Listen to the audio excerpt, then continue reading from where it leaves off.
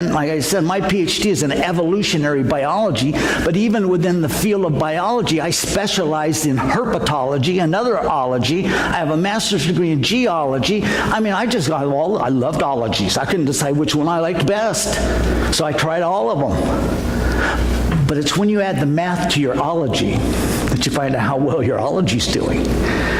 And God tells us in His Word, in Hebrews 11:6 says, without faith it is impossible to please God. Without faith. It's all about faith. But He didn't say blind faith. He gave us the preponderance of the evidence, and particularly in the math. You know, and it doesn't take a rocket scientist to figure this thing out. You guys getting here tonight use the laws of probability. So why is it that I see students copping out for man's word over God's word? Say, God cannot lie. His character does not allow him to lie. But man lies. I know. So why do we put our faith in man's word when it comes down to it? You know, and like I said with the math, you know, if you were diagnosed with a brain tumor, and the doctor says, if you go over here to hospital A, you've got a 60% chance of total recovery. Whew, that's pretty exciting. But if you go to hospital B, you got a 99.5% chance of recovery. Which one are you going to go to? Does it take a rocket scientist to figure that one out? No, it doesn't.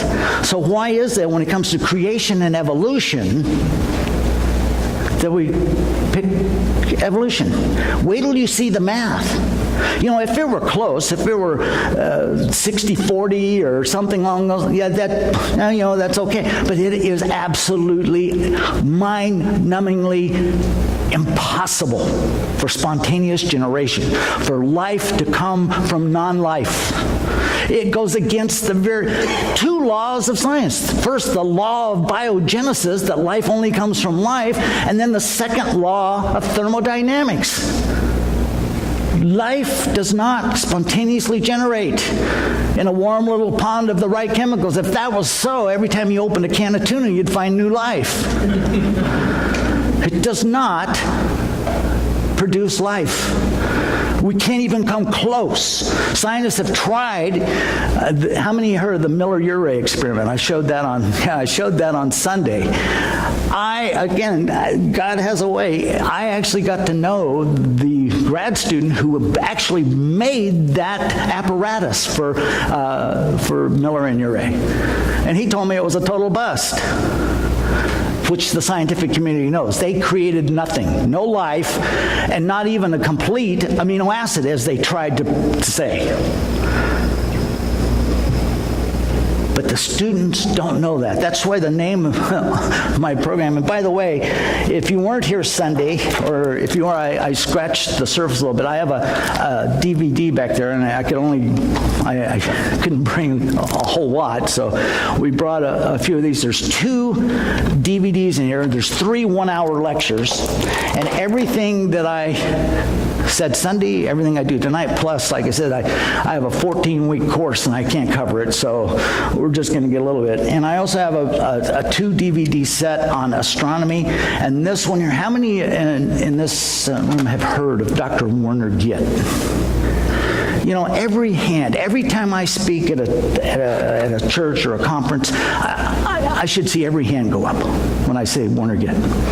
Now do you see how well it's being suppressed and what you're not being told? And that's why the title of my presentation is Science and the Bible, not versus the Bible. God created science, but science and the Bible, what you are not being told. Well, I got news for you. The teachers aren't being told either. They don't know some of this. So I told you before, I didn't accept Christ until I was 40 years old. I felt it was my duty as a scientist to protect those poor ignorant Christians from the myth. So if a student challenged me in my classroom, I annihilated them. I would humiliate them into silence. I'd pat them on the head. Oh, you poor little ignorant Christian, go back to your desk. That is not right. That is just plain wrong. So I didn't do it with some premeditated malice. I didn't set out to deceive my students. I was deceived, so I just passed it along to my students. You see how that works? So, I am a firm believer in prayer, because that was the only... I am here tonight because my mother and my grandmother never stopped praying for me. See, I could avoid the Christians, and I did. I didn't hang out with Christians. I didn't read Christian material. I didn't listen to Christian TV or radio. So how did I become a Christian? There's only one thing I couldn't avoid: prayer. So here we go. All right. This is a definition right out of the California and the National Academy Science Framework. I didn't make this definition up. That was their definition. I have been told that they are actually changing it because, first of all, it's absurd, but anyway. But let's go with it. And then I want you to hang on. See that word I highlighted, empirical? Science is a particular way of knowing about the world. In science, explanations are limited to those based on observations and experiments that can be substantiated by other scientists. Explanations that cannot be based on empirical evidence are not a part of science. That's pretty clear.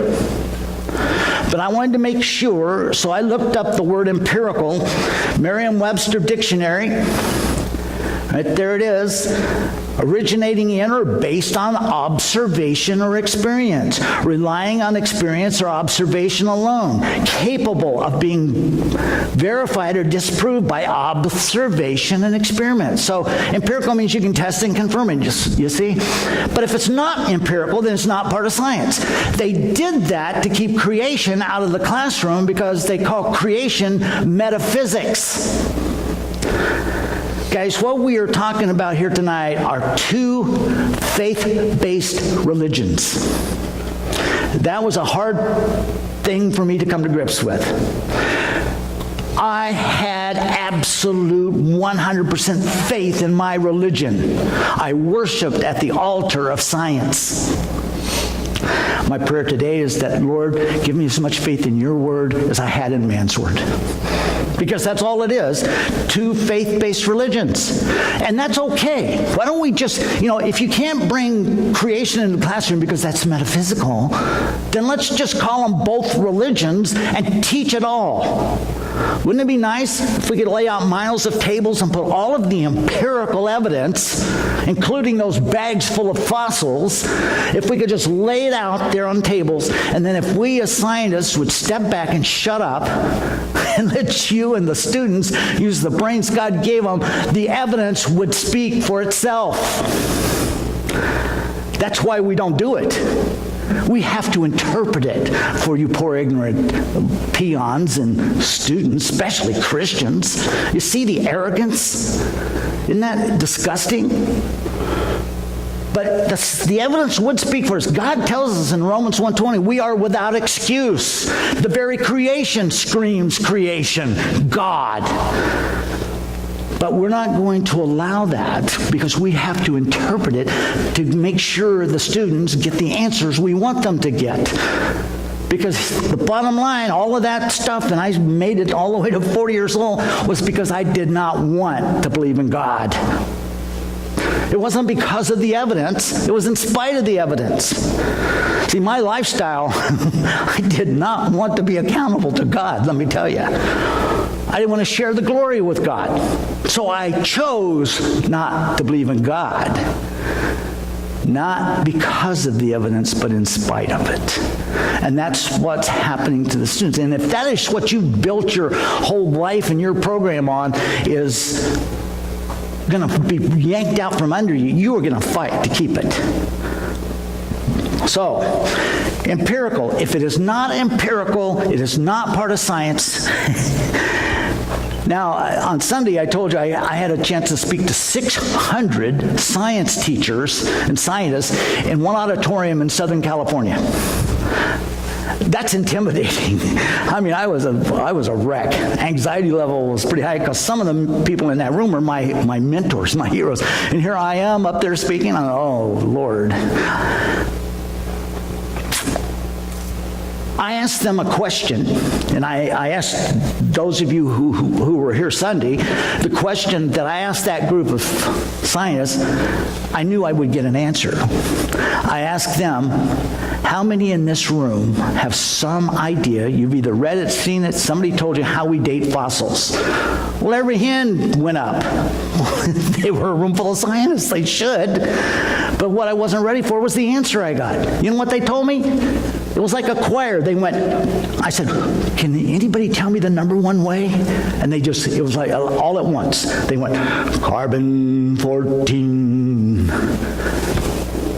Guys, that was stunning. I did not expect that. Because carbon-14 cannot date fossils, and it's never been used to date fossils. Carbon-14 is the very best dating procedure we have to date carbon-based items. Real wood, real bone, real blood, real tissue. But you can't date rock. And once it fossilizes, once the minerals replace the cells, turning it to rock, like petrified wood, you cannot use carbon. But here's the problem that should have been very evident. Even if you could use carbon-14, carbon-14 does not, no scientist in the world, and like I told you on Sunday, I was not an atheist. That was way too passive for me. I was an anti-Christian. I hunted them down. I felt it was my duty to protect them from that myth of religion. And I know of no scientist in the world, in the history, that will stretch carbon-14 into the million-year dates. Some scientists I know will stretch it out to 70,000, maybe 100,000, but definitely no million. So do you see the problem? See what I mean by what they're not being told? So even if carbon could date that fossil, how do you get a date of 3.7 million for Australopithecus afarensis? You all know her, right? Lucy, your nearest relative. Australopithecus ramidus, 4.4. Jurassic, 65 million. How do you get these million-year dates? And I have students and teachers come up and say, well, what about this new fossil that scientists carbon dated at 3 million years? Oh, guys, that breaks my heart. That's an easy one. But the students don't know it and the teachers don't know it. Well, you Christians believe in the Bible, they've carbon dated us. We can date real wood, real blood, real bone. We can date the mummies in the Egyptian tombs. But you sure can't date once it fossilizes. So how do we get million-year dates? We use radioisotopes, such as uranium. You all heard of uranium. Uranium-238 is a radioactive element, the parent product, and it decays over a given period of time into its daughter product called lead. You all have the periodic table of elements on your fridge, right? So we can go with this. This will be on the test. I hope you're taking notes. Another one is rubidium decays into strontium, potassium into argon. All of these different radioisotopes will decay at a measurable rate, at today's rate, so then we can determine, based on the sample we find, how old our object is. But there's a slight problem. Radioisotope dating, uranium, potassium, I don't care what kind, can only date igneous rocks. Where are fossils found, folks? Sedimentary rock. Fossils are not found in igneous rock. There is no known method on this planet or any other to date a fossil. Zero. But the kids don't know it. The teachers don't know it. See, that's the trick. When I found fossil, I'm going to show you, I found a Pachycephalosaurus skull. I'm going to show it to you. And we were able to date it to a degree, but it's a guess. It's not empirical. How would you go back and empirically prove spontaneous generation, as Darwin said? You can't. So then why are we teaching it in the classroom? You see, the hypocrisy? Let's teach it all. Evolution and I told you on Sunday, my PhD says right on it, evolutionary biology. I chose the school because it didn't say life science or biology, it said evolutionary biology. That makes me a professional evolutionist. And I am an evolutionist. I believe in evolution. I know it works because I've evolved into the creationist I am today. Sneaky, huh? See how we mess with words? Because the word evolution is not a dirty word, folks. It just means change. It's when we put macro and micro in front of it that we get into trouble. There is no such thing as macro evolution. Zip. But the students don't know it. The teachers don't know it. So, if it's not empirical, then what is it? It's a miracle. See, I believed in a miracle as a secular humanist anti-Christian. I believed in that first miracle, that life came from non-life. Here's my definition of miracle. It says, a miracle is defined as an event that happens outside any known natural law. For example, healing a leper, changing water into wine, and restoring life to a dead body certainly qualify as miracles. In a like manner, the spontaneous formation of life from a soup of chemicals also qualifies for miracle status, for this event too lies outside any known natural law. Do you see what it's saying? No problem. Let's just call them what they are and get on with it and teach it all. And stop this bickering.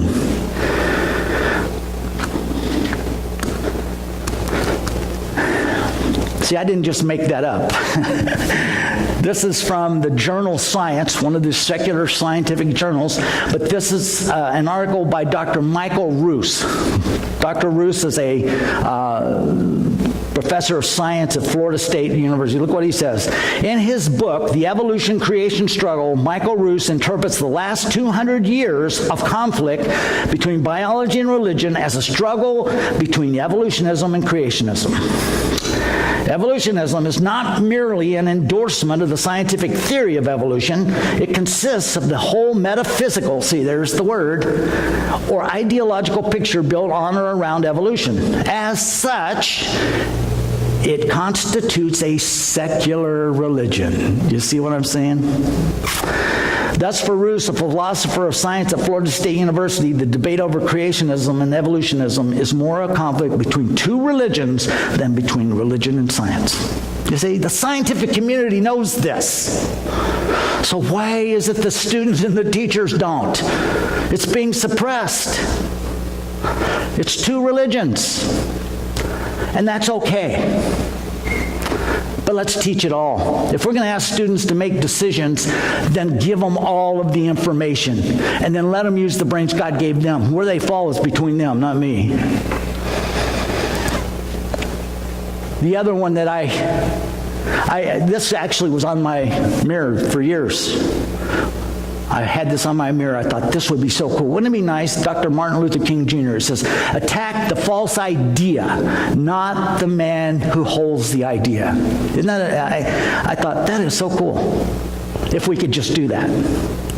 Well, then it dawned on me that my ideas are pretty firmly attached to me. So if you attack my idea, I kind of feel like I'm being attacked. So how do we avoid that? We stop attacking, and we debate, we talk, we show it all, we teach it all. Don't attack. God said what he meant. He meant what he said. And this book is true from cover to cover, every jot and tittle. So if you tell me that Genesis is allegorical, you can't take Genesis literally. What? How else would you take it? See, if Genesis isn't true, then don't get in my face with John 3:16. Who are you to tell me which parts are true and which aren't? It's either all true or none of it is with my thick head.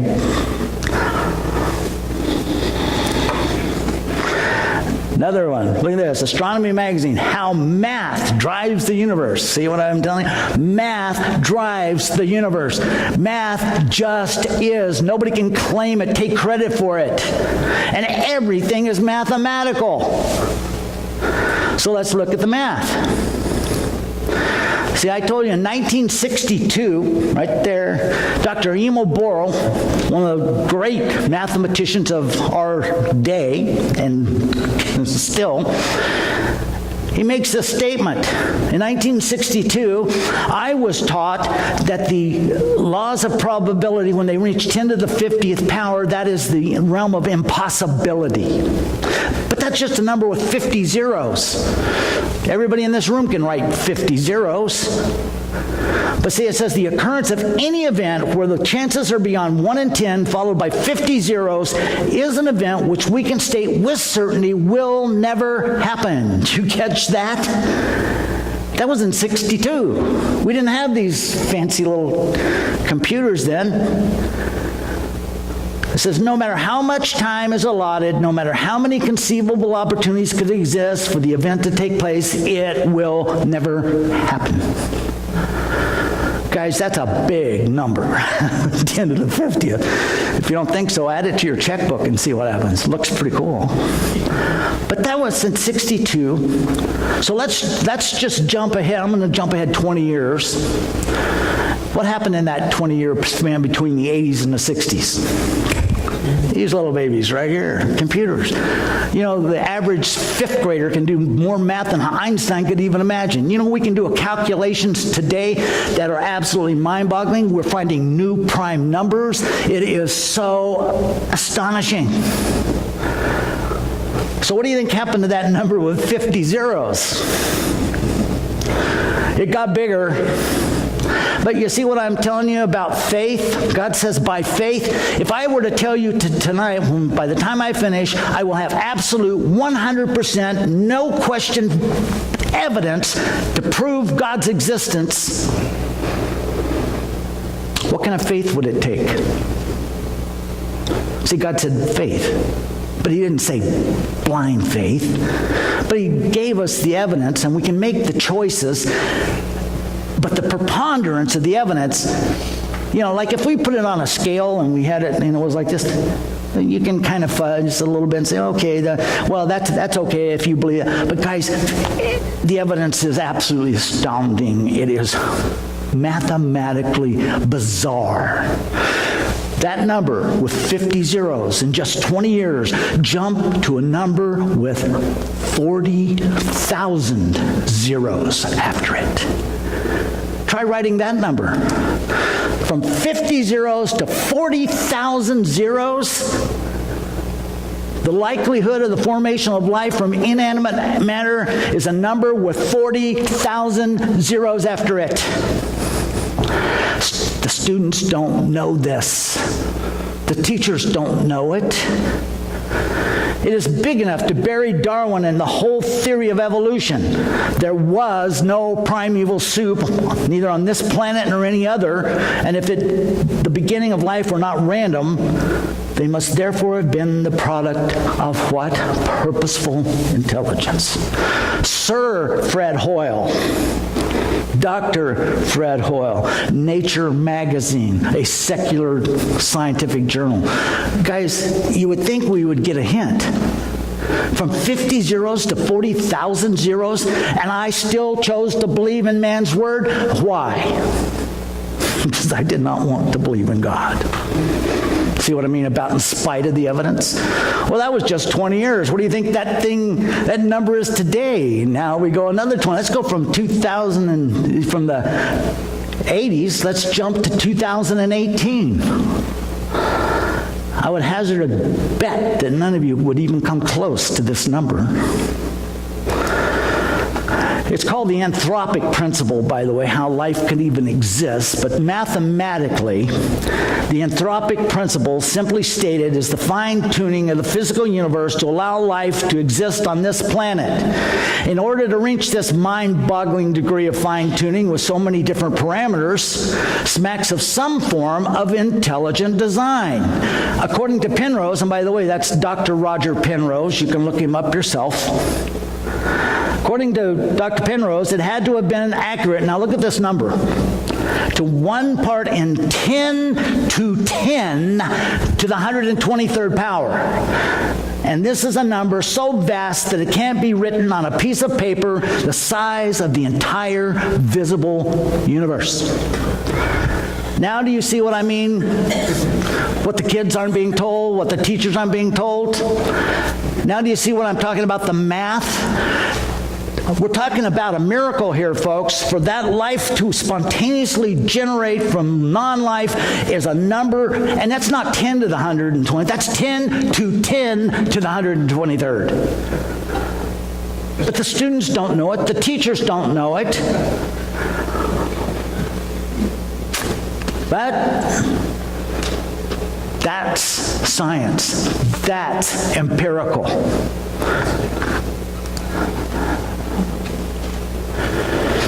But see, here's the other problem. Darwin. Darwin came along at just the right time. The scientific community was trying to figure a way to get God out of the picture. Darwin was not a scientist, folks. He was a naturalist. He had no formal education in science. And he wasn't even a very good naturalist. And some of the things that I have seen, I was beaten up by my teachers telling me that, well, Darwin's finches, and you know that Darwin only found 5 finches? He didn't find all those different finches with the beaks and stuff. I mean, it's just absurd. But if that's all you have, guess what? I did not want to believe in God. I had no other choice. There's only 2. Man's word or God's word. That's your only choices, folks. But here's the sad part. Look at the title. I had to go back to 1977 at the library to find the book, Darwin's book, with the whole title on it. Go down to the bookstore and you'll find Origin of the Species by Means of Natural Selection. That's it. They drop off the rest of the title. Why do you think they do that? Because look what it says. The title of the book, Origin of Species by Means of Natural Selection and the Preservation of Favored Races in the Struggle for Life. That was the title of his book. You see the problem? Where did racism come from, folks? God didn't create races. In Acts, he says, we are of one blood. You know that after this book came out, Darwinism, the racism started to rear its ugly head, and it just went like a wildfire. You know that Adolf Hitler had one of the best collections of Darwinian memorabilia, and when some of his guards from those death camps were interviewed later on, they were asked, don't you feel bad or sorry for what you did to the Jews? Oh no, we were just helping evolution. You see the insidiousness, how Satan has used that in science. And Darwin, like I said, look at what he says here. He had a mission. He was angry at God. We have letters signed by Charles Darwin where he wanted to murder God. But here's just one quote from him. Charles Darwin, credited with the theory of evolution, he says, the Old Testament, from its manifestly false history of the earth, was no more to be trusted than the sacred books of the Hindus or the beliefs of any barbarian. The New Testament is a damnable doctrine. I can hardly see how anyone ought to wish Christianity to be true. That was his mindset when he sailed on the Beagles. Do you think he had an agenda, folks? Yeah, he set out to take God out of the picture. He was mad at God because his daughter had died a very lingering death, and he blamed God. Well, God didn't do it. It was our choice. Adam and Eve, remember the fall in the garden? But Darwin, I had a lady not long ago, she comes, oh yes, yeah, he was pretty bad, but at least we now know he's with the Lord. He accepted Christ. No, he did not. He died a very bitter, nasty old man. He never made a deathbed confession, I guarantee you, and I can prove that. But he does now know God, that's true. But But you see what I said about racism? Acts 17:26. And God hath made of one blood all nations of men for to dwell on the face of the earth. No races, just created in his image. So you see another reason that we need to let the students know about Darwin and about that whole theory, how insidious and evil it is. And it is absolutely void of any science. It's all speculation, wishful thinking, because you only have two choices. And I didn't make this up either. The scientific community also knows Darwinism is dead. Darwin was wrong. No kidding. I could have told him that for a lot less money. Now, this is out of the UC Davis textbook. I just wanted to clarify what I was talking about, the carbon dating and the radioisotopes, to give you a little better clue. But look at this. Uranium-238 is the parent product. It decays. Now look at the half-life, 4.5 billion years. Look at what you can date using it. Do you see any fossils in there? You see anything other than what? Zircon and uraninite? That's what you can date. You can date the mineral. You cannot date fossils using uranium or any other radioisotope dating. But how would you empirically prove that? 4.5 billion years just for the half-life? Whoops, we have a problem here, folks. But it's being taught to your students as if it were fact. See, here's what I was telling you about carbon. Carbon-14 is the parent product. It decays into nitrogen. But look at the half-life, 5,700 years. We can deal with that one. But look, no scientist in the world, even UC Davis, doesn't stretch it past 70,000 years. So how do we get these million-year dates? We make them up. That's how. I will show you, I found a Pachycephalosaurus skull. My mom said that was a great find for me because Pachy means head and thick, and cephala means head. So thick-headed dinosaur for a thick-headed scientist, she said. But right next to that Pachycephalosaurus, I'll show it to you in a few minutes, and you'll see what it was mean. But automatically, once we found that, we knew how old it was. 65 million. It's a dinosaur, Jurassic, 65 million. Based on what? Because that's what we wanted it to be. You ever hear the geologic column? Where'd that come from? It came from a group of scientists who wanted to take God out of the picture, and they made it up to help substantiate their long earth. There's no science, and there's no place on this planet that you can see it either. Even the Grand Canyon doesn't show you the entire column, and the dates were assigned to it arbitrarily to make it fit the long ages, not scientifically.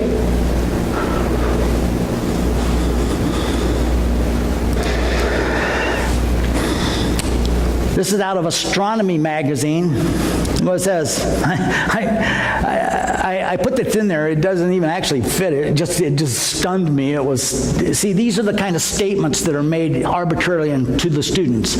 Now, this is supposed to be empirical science. It's out of a science magazine. So if it's not empirical, it's not part of science. So they put it in there. Look at it. It says, at some point in the distant past, non-living matter started to replicate itself. Scientists are still trying to figure out how. How empirical is that? You're all educated right now. But that's what your students are getting. Guys, that is borderline insanity. But that's okay. I can't mention Genesis or creation. But see, I was told, and I would tell my students that, well, you Christians can't believe in this Bible because science has proven that the earth is millions of years old. It's old. Look at it. Just look at it. All right. You know what I see when I look at this earth? I see a planet that is recovering from the most horrendous tectonic upheaval ever placed on this planet. The Noahic flood, the flood of Noah, would have created stress on this planet. The tectonic upheaval was so massive that I see the planet still recovering. So, I had a friend that came back from Vietnam with me. He came back, ended up in a mental hospital. But the hospital they put him in, I went to visit him, and he was actually standing out in the hall. And I walked by him to go to his room, didn't know it was him. He was 22 years old, and he looked like he was 80. Why? It's called stress. What do you think this planet looks like? Stressed. I don't see obvious age. And how empirical is that anyway? This is out of Scientific American. See, used to, the scientific community was pretty careful about lying to your students. Now it's just in your face. This is an actual article right out of here. Look at what it says. The idea of inflation, that's talking about the cosmos, and I won't get into that's the third hour, right? Okay. But it says, the idea of inflation is so compelling that cosmologists, including me, that's the writer of this article, routinely describe it to students, journalists, and the public, guess what, that's you, as an established fact. Do you catch what that just said? Even though we know it is not an established fact, it is not empirical, we're going to tell it to you and the students as if it were. You know where I come from? That's called lying. It's just a in-your-face lie. Yet something peculiar has happened to the inflationary theory since Alan Guth, in the 30 years since Guth introduced it. As the case for inflation has grown stronger, well, guess what? So is the case against it. The scientists do not have a clue how the cosmos came into existence. Like I said, I've got a 2-disc series on astronomy, and it'll get into a little bit, but even then it'll cause your brain to go numb. It says, how can cosmologists claim that the Big Bang Theory agrees with observations? Now, I put this in there because of that definition I showed you about empirical. The Big Bang Theory agrees with observations as they routinely do. Theorists are not unaware of the problem, but they have faith. Oh, so they can have faith, but the Christians can't. You see how absurd that is? God says by faith, and he gives us the preponderance of the evidence, but you can't bring that. But boy, I told you I had great faith. And they're hopeful, it's plausible. How are those for empirical terms?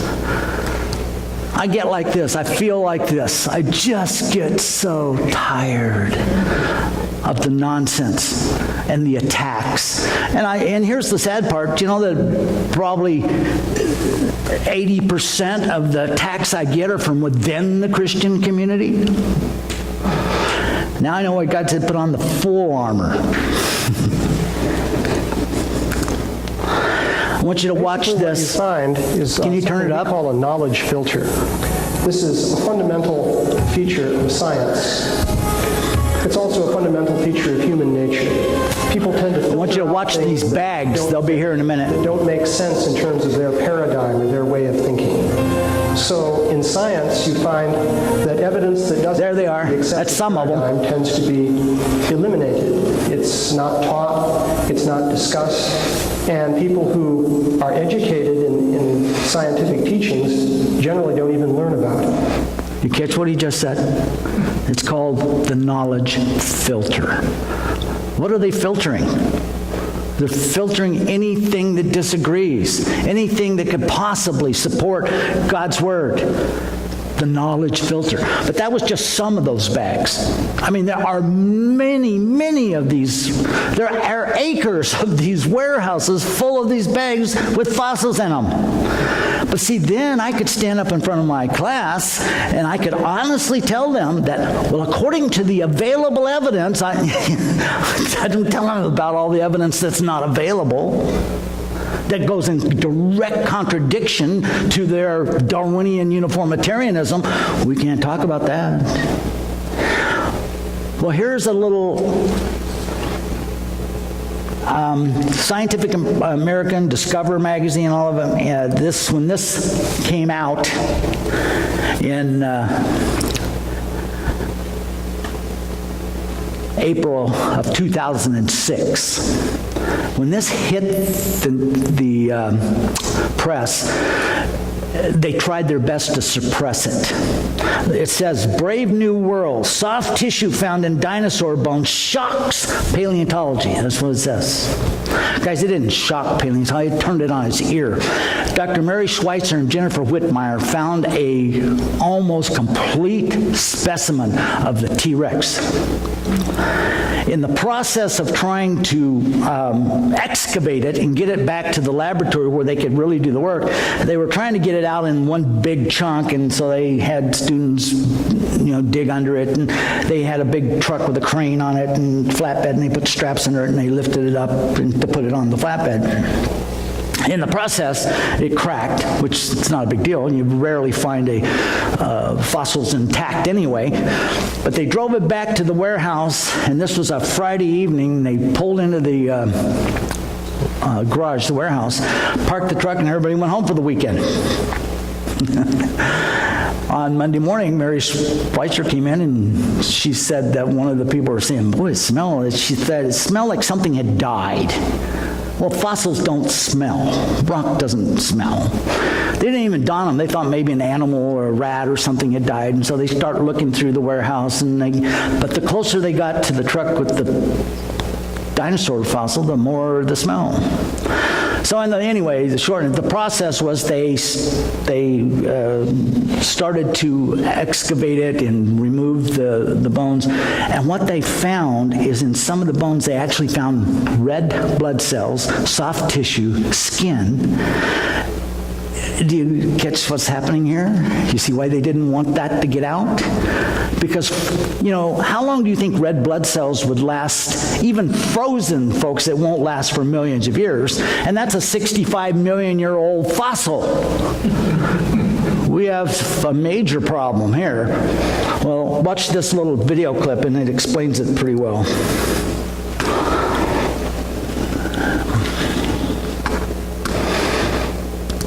In 1990, a nearly complete specimen of Tyrannosaurus rex was unearthed. Scientists from Montana State University found these bones were not totally fossilized. Sections of the bone were like fresh bone and contain what seems to be blood cells and hemoglobin, which is a protein that makes blood red and carries oxygen. Now, they're still investigating these controversial discoveries, but common sense would say that if these bones really were tens of millions of years old, then the blood cells and the hemoglobin would have totally disintegrated by now. And the bones certainly shouldn't be fresh. More recently, in 2002, scientists split open a T-Rex thigh bone and discovered flexible, even elastic, soft tissue meat still inside. Microscopic examination revealed fine, delicate blood vessels with what appear to be intact red blood cells and other type of cells, like osteocytes, which are bone-forming cells. These vessels were soft, translucent, and flexible. The mummified carcass of a duck-billed hadrosaur named Leonardo also turned up in Montana. The preserved soft tissue, covering 90% of the fossil, contained muscle, nail material, a beak, and skin. His last meal consisted of a salad of ferns, conifers, and magnolias, seasoned with pollen from 40 different plants. This type of evidence would undoubtedly lead one to realize that dinosaurs probably aren't as old as previously thought. But For those of the evolutionary mindset, they're busy scrambling, trying to prove how dinosaurs and soft tissue survived for over 65 million years. Because, of course, dinosaurs died out way before man came along. Right?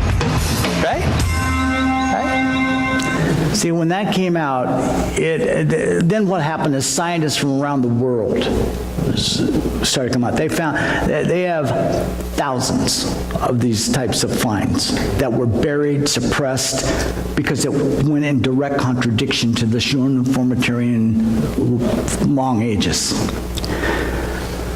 Now, remember I told you can date real blood, real skin, real tendons? Yeah, so what do you think some scientists said to Mary Schweitzer? They said, well, have you dated it? They said, no, it's too expensive, and we already know it's 65 million years old. It's a dinosaur.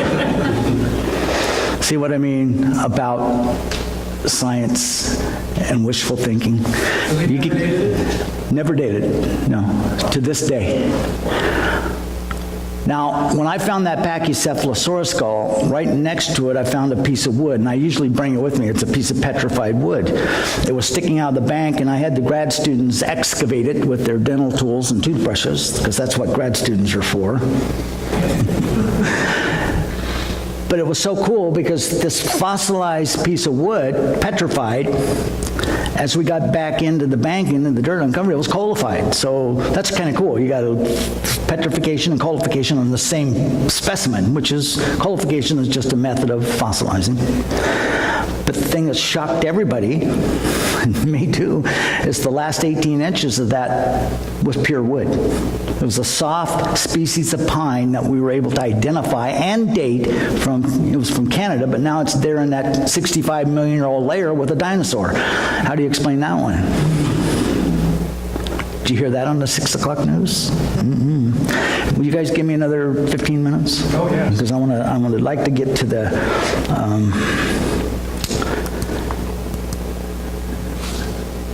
Mount St. Helens, but I wanted to show this.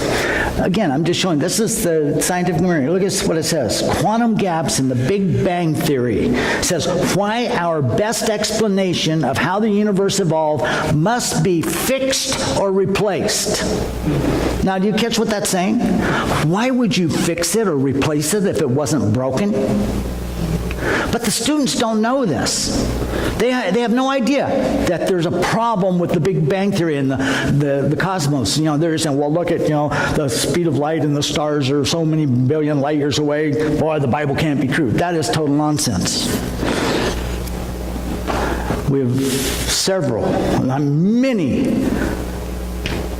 universities and scientists have come up and have determined that the speed of light has slowed down drastically. In fact, I think in this article, it talks about at the moment of the Big Bang that the speed of light was as much as 10 to the 70th power faster. So anyway, there are a lot of problems with that, and I do a whole presentation on it, and I think it's covered in the astronomy one.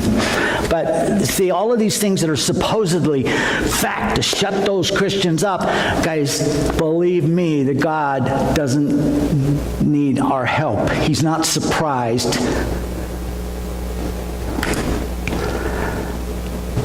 I'm going to cut through this because I want to get to the eruption of Mount St. Helens. But I wanted to show you a little bit of this. It says, after the Big Bang, we're told that life spontaneously arose from ordinary chemicals. But look at this. Even the most ardent evolutionists will admit that they cannot explain how this happened. That's out of Scientific American, folks. Astronomy magazine. And when he was asked whether he had any idea how life started, Richard Dawkins, I think most of you have heard of him, replied, no, nor has anybody. Well, then why aren't we telling the students that there is another explanation and that this is not fact and we don't know how it started and we just picked that because we don't want there to be a God? That's why you see, why don't we just lay it all out there? But no, the teachers, I had a science teacher, I spoke down in Tucson, and I got to speak at some public and Christian high schools, public schools, that's where I was picketed too. But it was so funny because I could only speak out in the lunch area for this Christian group. And it was so funny because I saw a couple of the teachers came to the door and they would stand, peek out the door and lunch. And this one teacher was listening. And after I finished and the students left, she came up to me in tears. She wasn't a Christian lady. And she said, I didn't know what the stuff you were talking about. That is just wrong. That is just sad.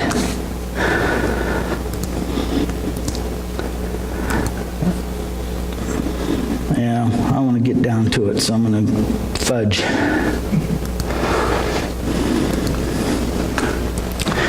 Here's an example of petrified wood. Once the wood turns to rock, it is no longer dateable. The students don't know this, and they don't know that you can only date igneous rock using the dating procedures. And when Mary Schweitzer was asked why she didn't date it, it is excruciatingly expensive. I mean, to tell you, it is expensive.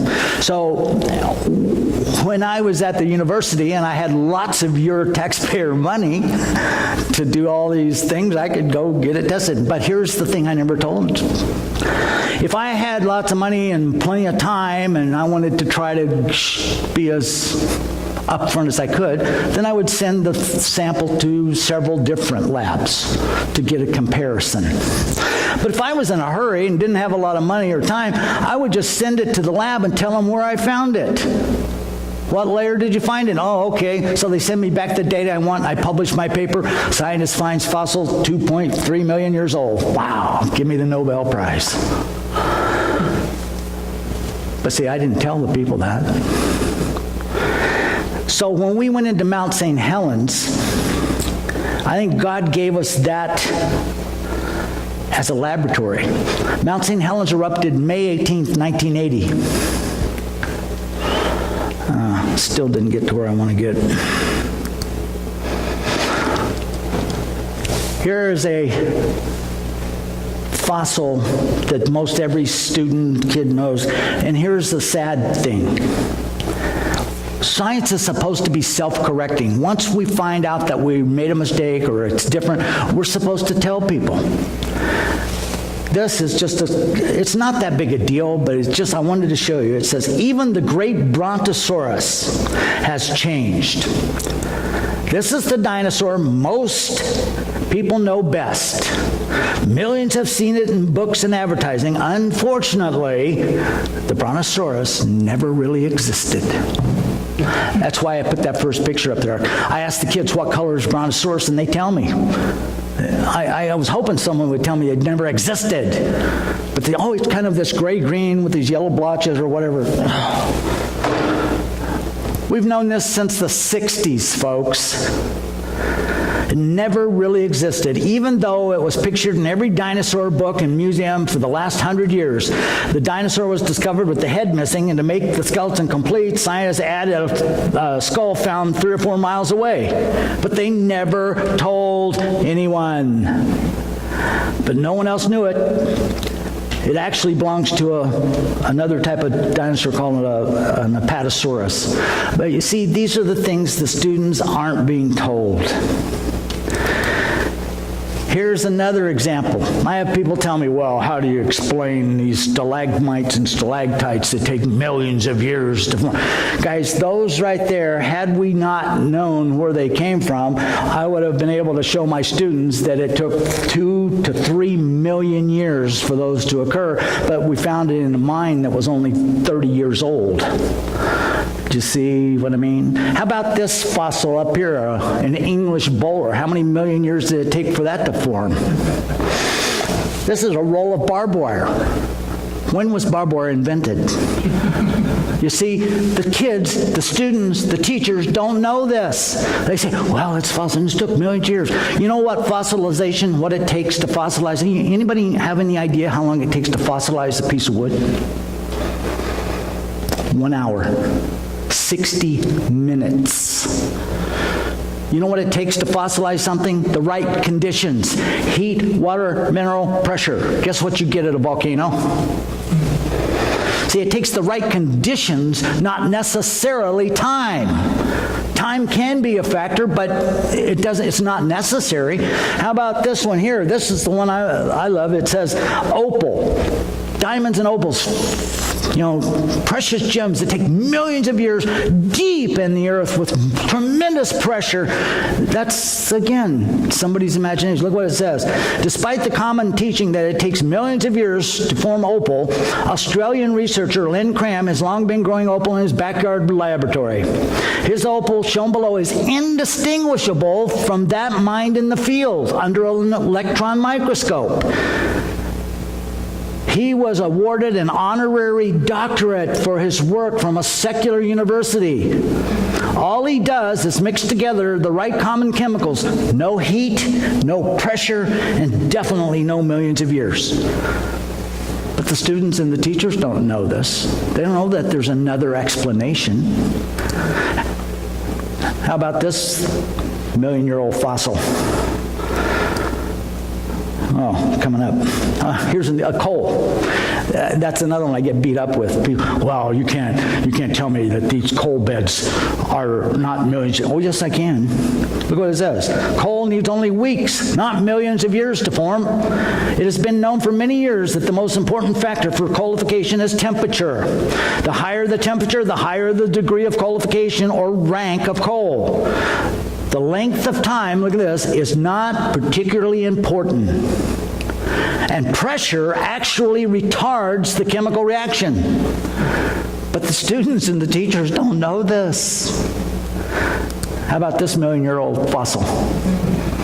You see, this is what I'm getting at. It's just bizarre. How much of this is real fossil and how much is somebody's imagination? You see, that's what I'm talking about. But here we go. We'll finish right here. Mount St. Helens was the premier, perfect, beautiful cinder cone volcano, beautiful place. This is an old-growth forest with Spirit Lake down there. The volcanoes along the Pacific Rim, we have, like Mount Shasta, Mount Rainier, all of the Mount Adams. These are called cinder cone volcanoes. The volcanoes in Hawaii are called shield volcanoes. They produce massive amount. You've seen them, the pictures, those rivers of lava. Well, stratovolcanoes are extremely explosive and very dangerous. And they don't produce that much magma usually. That's why I think God used Mount St. Helens, because we had an absolute perfect laboratory.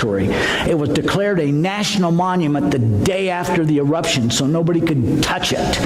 The loggers couldn't even take any of the logs out or anything else. They wanted to check and see. But I had environmentalists tell me, and I was there in 1980. That was 7 years before I accepted Christ. But what I saw there over the next 7 years tore me apart. And the world, because we witnessed it. It was eyewitness. It wasn't my interpretation or some scientist's interpretation. No, we saw it. The world saw it. That's what it looked like on the morning of May 18th. Here's what it looked like a week later. Entire devastation. That volcano was a small to average sized volcano. It leveled 150 square miles of forest in 6 minutes. Enough trees to build 650,000 three-bedroom homes. Boom, gone. It laid down 600 feet of strata in this minute 300-mile-an-hour blast. My friend David Johnson was there. He was on a ridge. In fact, it's named after him. Any of you been there? It's called Johnson Ridge Observatory. They named it after him. He was a young geologist, volcanologist. He should have been safe. He was 5 miles away and 1,400 feet high. But see, we didn't understand what was going on at Mount St. Helens.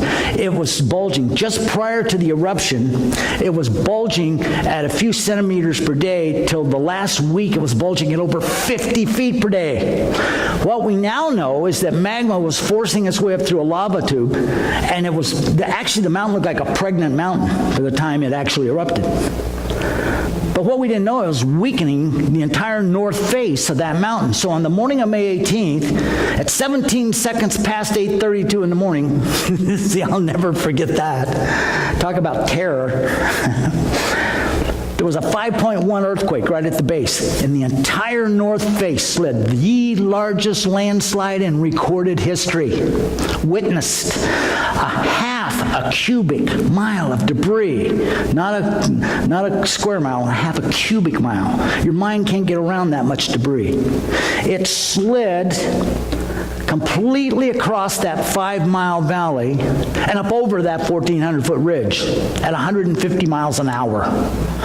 But as soon as it slid, the landslide left this kind of horseshoe shape, which aimed the blast directly north, right at David Johnson, traveling at 300 miles an hour, and it incinerated everything.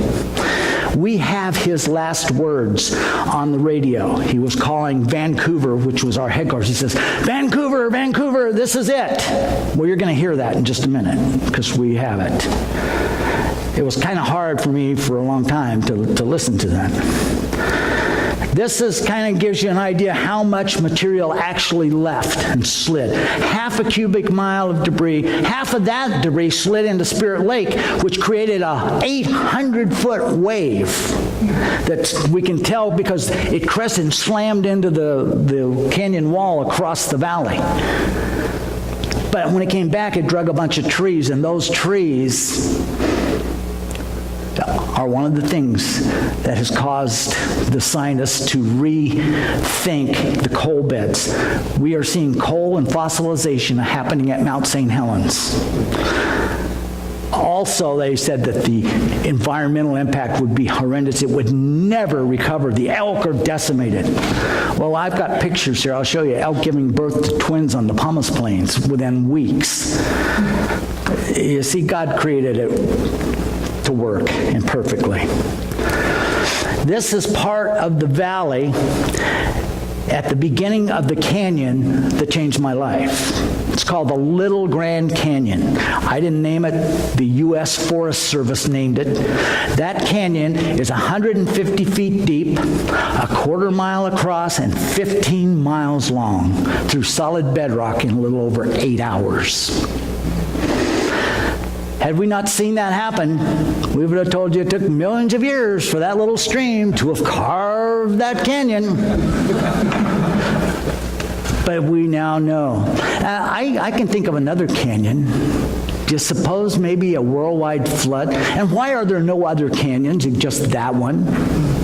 And why is it so perfectly straight up and down? You know, it just drives them nuts. This is Johnson Ridge Observatory, the center right there. That's where David Johnson was on that morning. There was a crusty old guy by the name of Harry Truman. He was named after one of our former presidents. He lived right here. See, that's Spirit Lake, but he lived right over there. He told us we were crackpots and every other word out of his mouth was a swear word.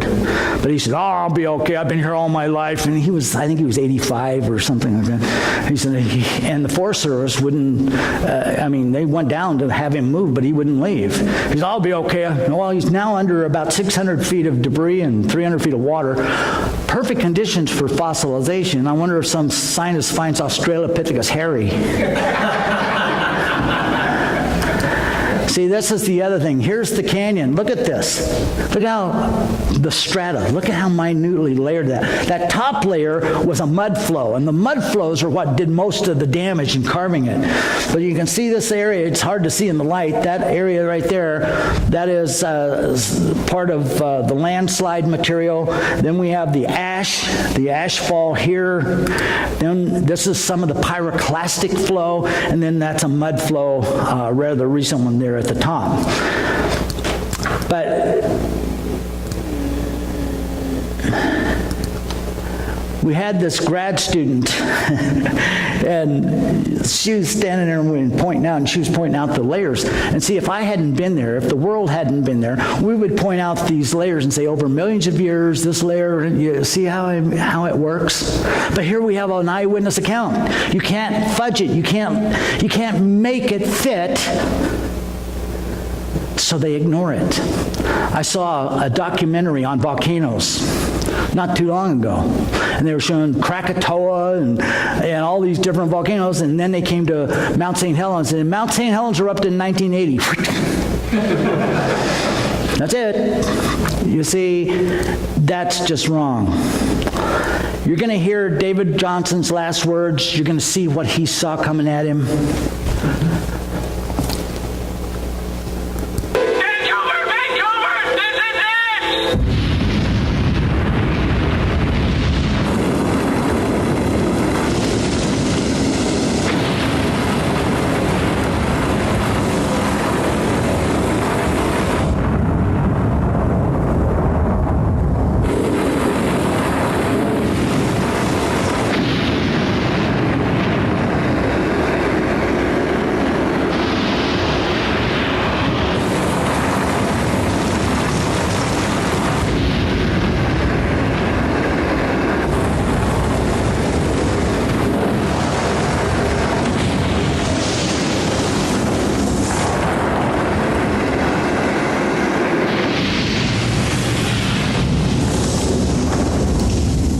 Pretty terrifying. How would you like to see that coming right at you? We never found his body or any of the equipment. 57 people died that morning. But see, I think God had a plan. Because if it had erupted on Friday night, there would have been thousands of people killed. Because the governor and the politicians allowed people, they took down the red zone, they allowed people to come into the red zone to check property and stuff, but you really didn't know what it was going to do and how it was going to do it. But they got them all out of there on Saturday night, fortunately. But if it had waited till Monday, there would have been thousands of people killed, because Weyerhaeuser had scheduled 3,000 loggers to come in and do a logging operation on Monday. As it was, 57 people died, and most of them should not have even been there. They snuck into the area. This is how it looked, and see that lava dome there, the steam coming out of it? That became a very critical, crucial part for us. Now remember, that was in 1980. I didn't accept Christ till 87. And then in 1992, I was invited by a team of scientists led by Dr. Steve Austin, geologist and volcanologist, to go back into the crater and take some samples of this lava dome. Because what happened, that lava dome just oozed up in there, and it slowly cooled and crystallized into an igneous rock called dacite. We now know how old the rock is. So now when we send it to the lab, let's see how accurate their dating is. So in 1992, we were able to go in there, but we had to walk. They wouldn't let us. It was horrible because we were Christians. We couldn't fly in with the helicopters and all that stuff, so we had to hike. And guys, it was an excruciating hike. Even though it lost a lot of elevation, it was still a 10,000-foot mountain. And we had to hike in, and it was just, anyway. I should have been very suspicious when this great geologist, Dr. Steve Austin, invites me, a lowly biologist, to go on this great expedition. I found out later he couldn't get permission to take a mule, so he took a biologist. I carried the backpack. I even carried his lunch. I thought grad students. That's what I thought. Biology, one step down below the ground. But we stopped there. See this waterfall back there in the back? We stopped there to have lunch. Like I said, I even carried his lunch. All he carried was this pointy little hammer. And he put 60 pounds of rock in my backpack. I found out why I got to go. But we stopped there, not because it was such a beautiful place, but that canyon wasn't there 4 days earlier. We flew over to map our way in, the best route. That canyon wasn't there. That's how quickly those things would occur. I would have told you it took a few 100,000 years for that canyon to carve. Happened in a couple of days.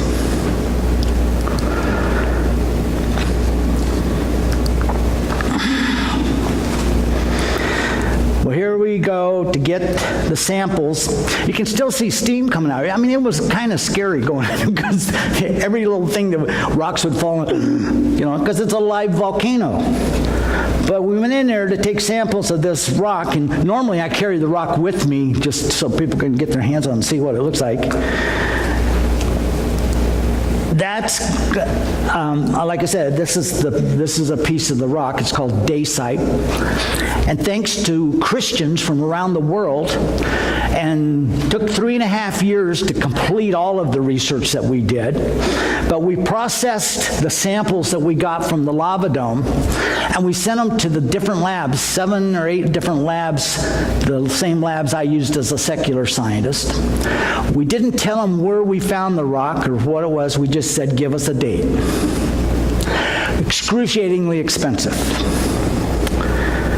But again, Christians from around the world were interested, and so we were financed to do that. And we got some interesting dates back. And so, when am I coming back next year? I'll give you the... We got, of course, 8 different dates. Now, give or take a few thousand years is okay to a point, but in science, but not give or take a few million. We got dates all the way up to 2.7 million years for 12-year-old rock. But we did. We got one date out of the 7 or 8 that was under a million, and it was like 900 and some thousand years. So how accurate are those dating procedures anyway? You see what I mean? They're really suspect because there's no real way that you can calibrate it. How do you go back millions of years? You don't. Well, see, here's the Pachycephalosaurus skull I found, and right over here was where I found that piece of wood, and I'll show it to you. Here's what the whole skull looks like when you get it out. That's what it's called, a thick-headed dinosaur. Here's part of some of the wood that was fossilized inside the rock, and here is... See, it's all rock. It's all petrified, except for down the middle of it is soft piece of pine. We were able to date it. We were able to identify the type of wood. It was actually a species of pine found only in Canada, but it's out on the plains of Wyoming. And it dated it at, I think, was it 2,800?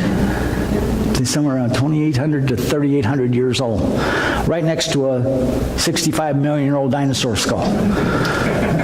You see what I mean about what students aren't being told, what the teachers aren't being told? Well, guys, I just barely scratched the surface. I apologize for going so long, but there's just so much. Like I said, I'm trying to decide what to cover, but in this DVD, there's 2 discs, 3 1 hour. So everything I did Sunday, everything I did tonight, plus the rest of the story is in here. So if you're interested, we have some of those. I have this, like I said, Dr. Werner Gitt was a scientist from the Federal Institute of Physics in Germany. He wrote a book called In the Beginning Was Information. He's an information scientist. The reason you haven't heard of him or seen the book is it was not allowed to even be exported into the U.S. or imported. He has written a number of books, but the scientists cannot refute his information. So they don't even want you to know. They won't review the book because they don't want you to read it. He makes a quote in there. He says, information does not originate by itself in matter. Nobody argues with that. No science, yet they can't. Information does not originate by itself in matter. Well, then ask yourself this question. Where does it come from? Where did the information in my computer come from? Did I just buy this gray box and all of a sudden it was full of information? No, it come from the creator. Where did the information in the PowerPoint? From the creator of the PowerPoint. Where did the information in the cosmos come from? Oh, how about the creator of the cosmos? They don't want you to ask those questions. So we have that out there and the DVD. And with that, I will close this in prayer. And again, thank you. And hopefully this has just kind of sparked your brain cells to see that there are alternatives. Lord, thank you. Thank you for the opportunity to come. Thank you for all the people that come here tonight, Lord. I just pray that you would help use this information to help them understand that we do not, their students, their grandkids, their friends do not have to be intimidated by the world, Lord. That we do have your word, and it is inerrable. It is true from cover to cover. Lord, I thank you for this time. I pray for safe trip home for the people here, safe journey for my wife and I as we fly back to Arizona. And we just thank you again in Jesus' name. Amen.